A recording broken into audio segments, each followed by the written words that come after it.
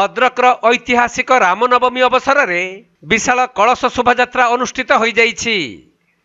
तेबे श्रीराम महायज्ञ समिति पक्षरु आयोजित एही कलश शोभायात्रा रे 5000 ऊर्ध्व महिला माने सामिल होइथिले। आउ स्थानीय गांधी पड़ियारू बाहरी साळंदी नदीरू जल उठाई भद्रक सहर परिक्रमा करिथिले। परे गांधी पड़िया स्थित यज्ञ मंडप रे जलाभिषेक करा जाइथिला। सेपटे शांति श्रृंखला को दृष्टि रखी भद्रक पुलिस पक्षरु व्यापक व्यवस्था करा जाइछि।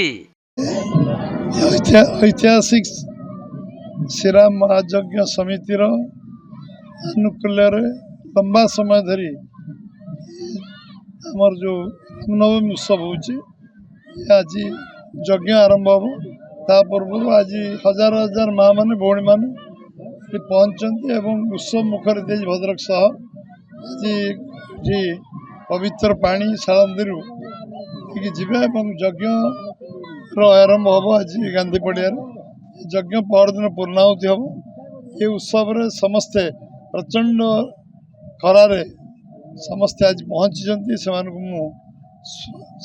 धन्यवाद दूची स्वागत करुँ अभिनंदन जनाऊँ एक अवसर को आज श्रीराम महायज्ञ समितिर महोत्सव जो उत्सव को उत्सव मुखरित कर धन्यवाद देवी एवं पहरदिन पूर्णाहुति पर्यंत समस्ते ये उत्सव को उपभोग करेंगे एवं महोत्सव को समस्त मनइबे से समस्त अनुरोध करुँ।